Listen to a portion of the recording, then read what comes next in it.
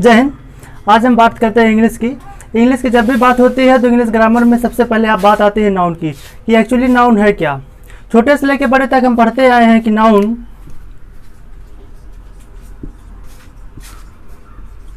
Is the name of person, place और thing.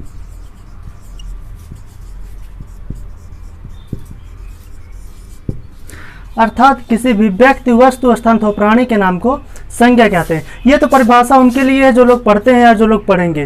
क्या उनके लिए भी है परिभाषा जो लोग पढ़ाई से दूर भागते हैं या जो लोग कभी पढ़ने का प्रयास ही नहीं करते? जी हाँ, हमारे पास सबके लिए बस एक ही परिभाषा है, बहुत ही आसान। Noun is who which can seen and feel. यानी कि नाउन वह है जो आप देख सकते हैं और जो आप महसूस कर सकते हैं। आपने अभी तक अपनी पूरी ज़िंदगी में जो भी चीज़ें देखी हैं, सुबह से शाम तक जो भी चीज़ें देख रहे हैं, जो भी चीज़ें महसूस कर रहे हैं, बस वही नाउन है। कुछ अलग से सोचने विचारने की आवश्यकता नहीं है। आप क्रिकेट खेलने गए, क्रिकेट देखने गए, हॉस्पिटल में गए, स्कूल कॉलेज में गए या फिर मूवी देखने गए, कहीं भी गए, जो भी चीज़ें देख रहे हैं, मार्केट में गए, जो भी चीज़ें देख रहे हैं, जो भी चीज़ें महसूस कर रहे हैं कि अरे वो आदमी बहुत अच्छा था, वो लड़का बहुत अच्छा था, बस वही नाउन है। कुछ अलग से नाउन के बारे में सोचने और समझने की आवश्यकता नहीं है। अगर कोई आपसे नाउन की परिभाषा पूछता है तो आप बता दीजिए कि आप जो भी चीज़ें देख रहे हैं, जो भी चीज़ें ऑब्जर्व कर रहे हैं, बस वही नाउन है। अब नाउन के भागों के बारे में चर्चा करते हैं कि नाउन को कितने भागों में बांटा गया है। जनरली आप लोग जानते हैं कि नाउन को 5 भागों में बांटा गया है। पहला है प्रॉपर नाउन,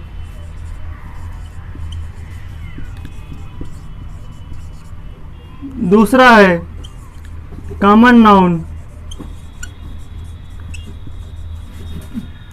तीसरा है कलेक्टिव नाउन,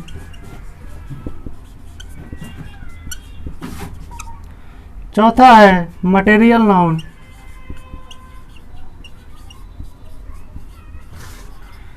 और पांचवा है एब्स्ट्रैक्ट नाउन।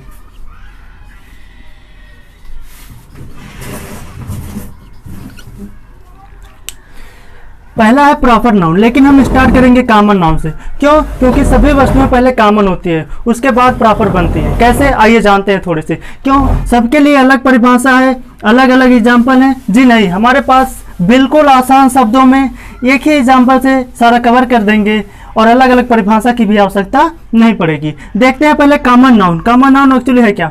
जब एक लड़का या लड़की आपके परिवार में जन्म लेता है तो कहते हैं लड़का हुआ लड़की।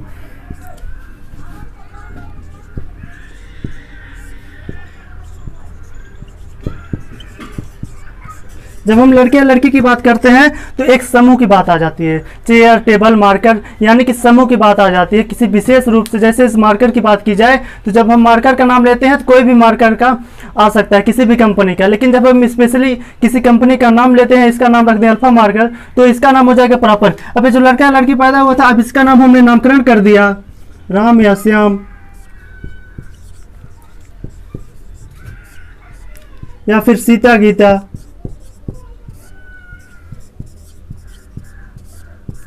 जब हमने किया नामकरण तो हो गया प्रॉपर नाउन, उसके पहले था वो कॉमन नाउन। अब कलेक्टिव नाउन क्या है? कलेक्शन, यानी जहाँ पे कलेक्शन हो, यानी कि लड़के और लड़के, मेल और फीमेल दोनों हो। जैसे स्कूल या कॉलेज में आप जाते हैं, हॉस्पिटल में जाते हैं, पुलिस में देखते हैं, आर्मी में देखते हैं, यानी कि जहाँ पे कलेक्शन हो वहाँ पे होता है कलेक्टिव नाउन।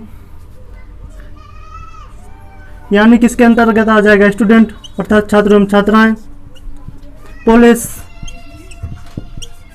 या फिर आर्मी। अब लड़का जब स्कूल में गया तो कलेक्टिव नाउन के अंतर्गत आ गया। अब मटेरियल नाउन क्या है? जब आप स्कूल में पहुंचे तो टीचर ने आपको बताया कि हमारा शरीर 5 तत्वों से मिलकर बना हुआ है और 5 तत्वों से मिलकर बना हुआ है। इस पृथ्वी पे जो भी चीज़ें आप देख रहे हैं, जो भी चीज़ें आप देख सकते हैं, वो सभी किसी न किसी तत्व से ही मिलकर बनी हुई है। तत्वों का नाम लेने में सबसे पहले हमें याद आता है सोना, चांदी। इन तत्वों का मानव के जीवन में सबसे अधिक बोलबाला है। हीरा, मोती,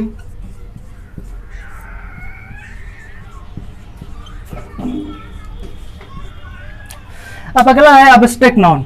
पहले के 4 नाउन को लोगों ने विदेश के लोगों ने पहले विभाजित कर दिया, इसका वर्णन अच्छी तरीके से कर दिया, प्रॉपर का, कॉमन का, कलेक्टिव का, मटेरियल का। लेकिन जब 5वें नाउन की बारी आई तो उन्होंने कहा इस नाउन को तो हम देख ही नहीं सकते, एब्स्ट्रैक्ट नाउन को देखा नहीं जा सकता, तो इसके बारे में विशेष रूप से चर्चा कैसे कर सकते हैं, इसका वर्णन हम कैसे कर सकते हैं।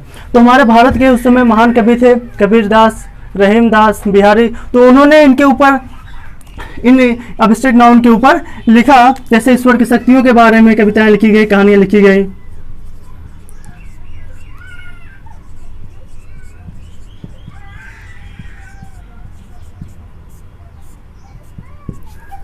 देशभक्ति के बारे में लिखी गई।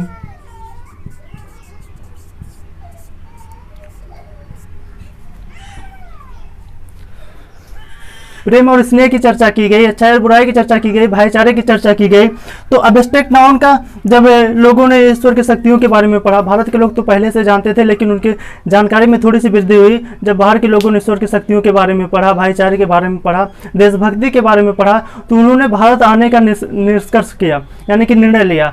तो भारत आए, वहाँ आगरा का ताजमहल देखे, दिल्ली का लाल किला देखे, संगम नगरी प्रयागराज, उसके बाद वाराणसी देखे, काशी विश्वनाथ का मंदिर। तो उन्होंने भी ईश्वर की शक्तियों, देशभक्ति, उसके बाद प्रेम और स्नेह और भाईचारे की भावना को माना। और उसके बाद प्रेजेंट टाइम में वो लोग यहाँ पे टूरिस्ट के रूप में भी आते हैं इन सभी चीज़ों को देखने के लिए। इन चीज़ों का जो एब्स्ट्रैक्ट नाउन का जिसका कोई महत्व नहीं था, बाहर के देशों ने नकार दिया था, भारत के लोगों ने इसका एक नया नाम दिया, एक नई मतलब इसको नए रूप से उजागर किया। इन चारों नाउन को जो लोग पहले से जानते थे, 5वें नाउन का कोई महत्व नहीं था, इस 5वें नाउन का महत्व इतना बढ़ा कि प्रेजेंट टाइम में इस नाउन को पूरा विश्व बहुत अच्छी तरीके से फॉलो करता है। क्योंकि एब्स्ट्रैक्ट नाउन जो होती है, एब्स्ट्रैक्ट नाउन, प्रॉपर नाउन तो सबसे बड़ी है, लेकिन प्रॉपर नाउन से भी बढ़कर इस समय प्रेजेंट टाइम में एब्स्ट्रैक्ट नाउन है।